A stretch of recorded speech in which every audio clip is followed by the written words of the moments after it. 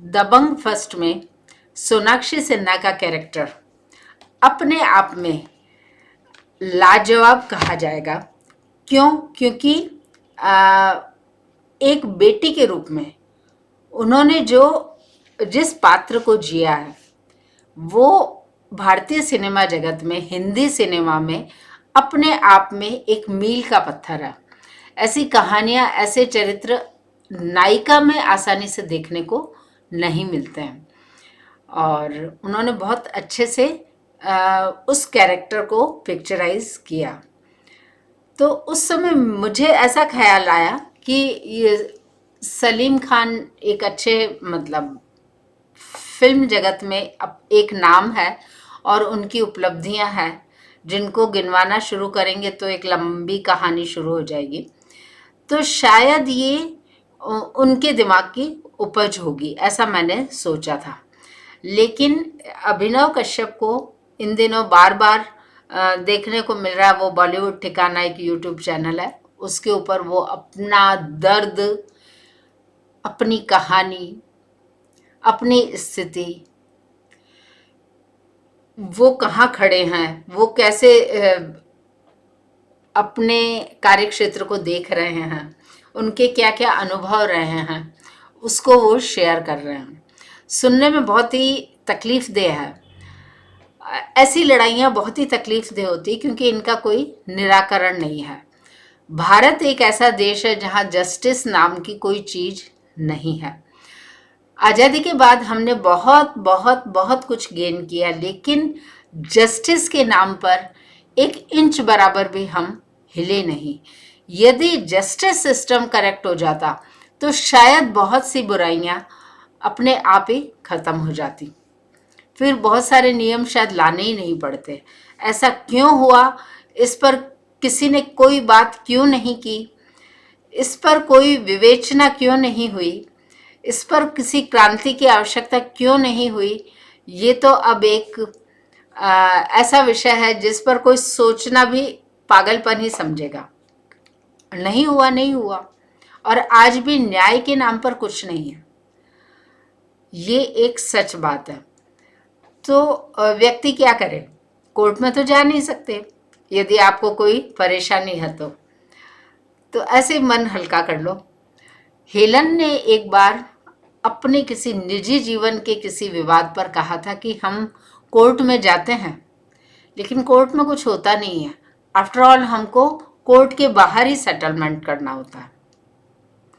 लेकिन अभिनव कश्यप की जो कहानी है वो ऐसा लगता है सेटलमेंट से बहुत आगे चली गई है, या शायद उसमें at initial stage he settlement की कोई संभावना ही नहीं थी, ऐसा लगता है। हालांकि विश्वास कम होता है क्योंकि सलीम खान साहब से ये उम्मीद करना कि वो चीज़ों को पहचानेंगे नहीं, किस चीज़ को कितनी दूर तक इग्नोर किया जा सकता है, कितनी देर तक इग्नोर किया जा सकता है, किस कारण से इग्नोर किया जाता है, वो बहुत अच्छा समझते होंगे, ऐसा लगा। तो यदि वो चूक गए तो फिर तो अब कोई भी चूक सकता है, फिर तो कोई भी चूक सकता है। सोसाइटी तो इसी तरीके से बनी है ना। क्यों नहीं डर लगता ये टॉप पे बैठे लोगों को? क्योंकि सोसाइटी इसी तरीके की है। जो कमजोर दिखे उसको पीट दो।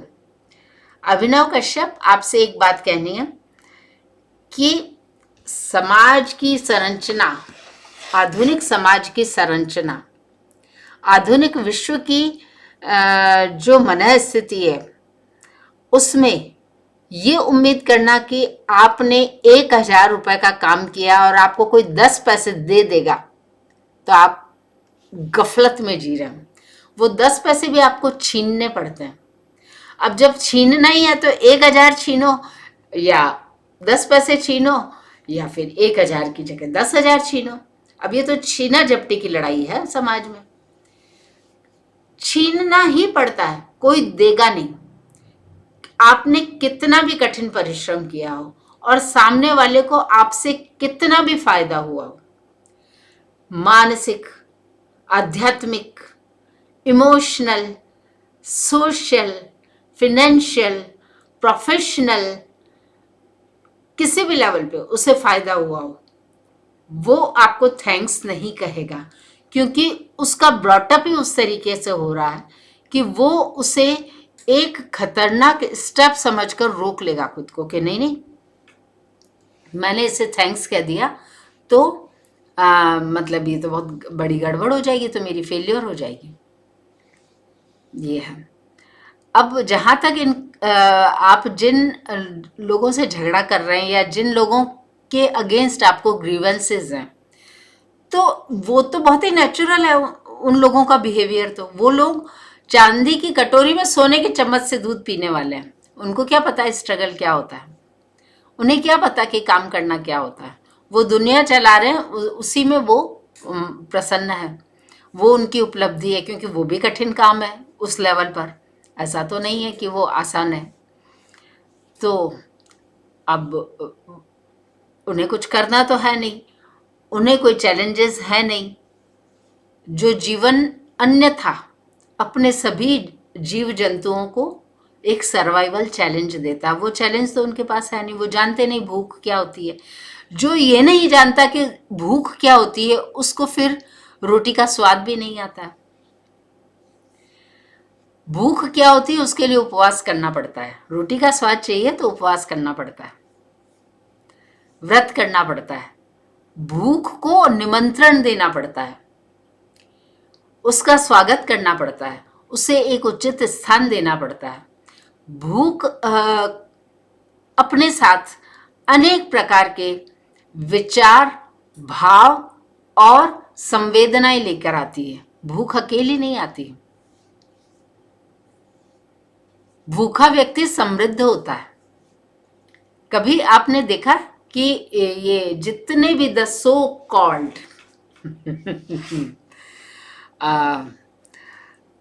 चांदी की कटोरी में सोने के चम्मच से दूध पीने वाले हैं, इनको कभी देखा है? ये हमेशा जो बिल्कुल बॉटम पे बेयरली सरवाइव कर रहा होता है ना, उसको देखकर ये कहते हैं इनको देखो कैसे खुश रहते हैं, इनको कुछ करना तो होता ही नहीं, इनकी क्या है, ऐसे ही खा लेते हैं, ऐसे ही कर लेते हैं।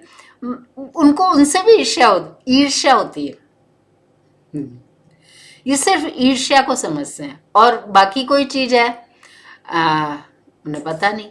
खैर, आप जिन लोगों के बारे में बात कर रहे हैं उन्हें मैं या कोई भी उनके बारे में कुछ बोले, क्योंकि आप जिन्हें जानते नहीं उनके बारे में क्या बोलो, उनके बारे में तो कुछ बोल नहीं सकते। लेकिन ये जीवन की सच्चाई है। आपको पैसे कोई नहीं देगा। पहली चीज, कोई भी व्यक्ति हो, कोई भी टॉप पे बैठा हो, बॉटम पे बैठा हो, पैसे कोई नहीं देता है। कोई व्यवस्था है, उस व्यवस्था में आपने अनिहाउ जगह बना ली है और आप ले रहे हो, वो बात अलग है। लेकिन पैसा कोई भी नहीं देता है और इस समय कोई क्रेडिट भी नहीं देता है। ये समय ऐसा है, सभी एक से बढ़कर एक होशियार हैं।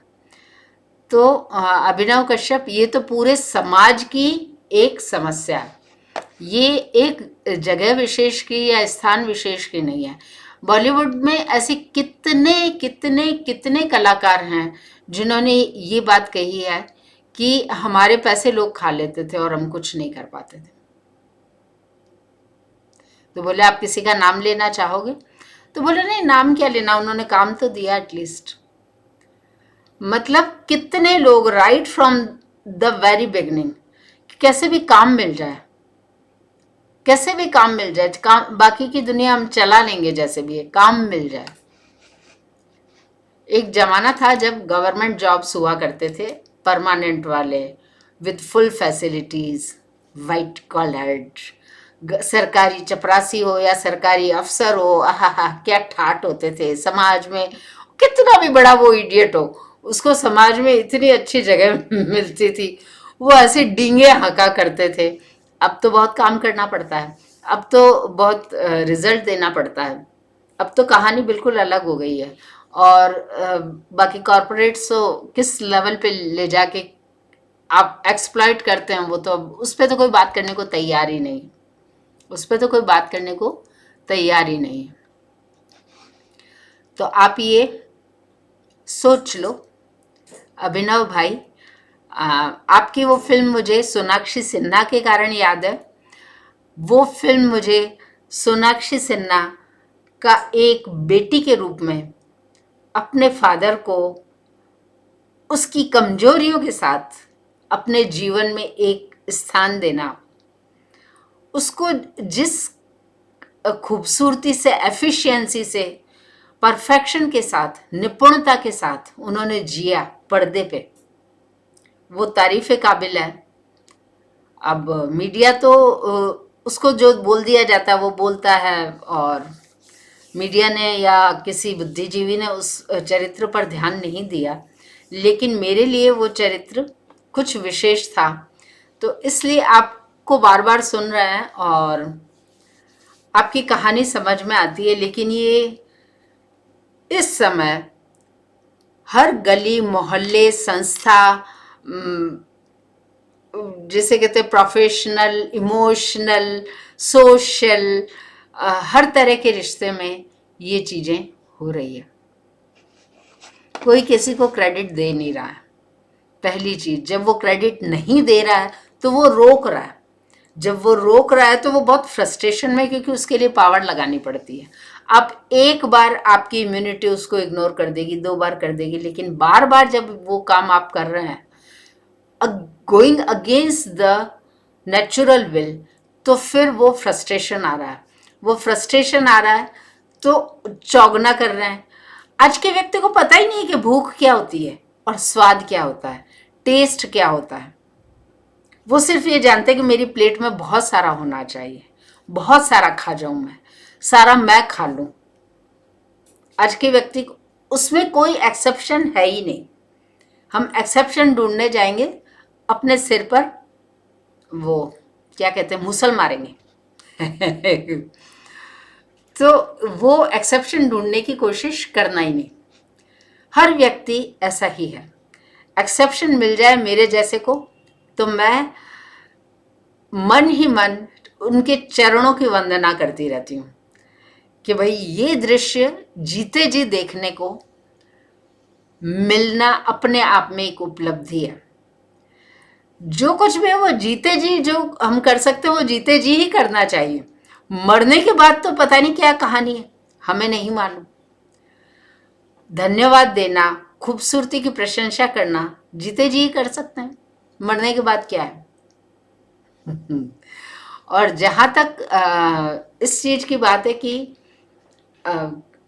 आपके दर्द की कहानी है, आप जिस तन्मयता से अपनी कहानी सुना रहे हैं, ठीक है। मुझे आश्चर्य है कि इससे बहुत पहले सलीम खान साहब को रोक लेना चाहिए था।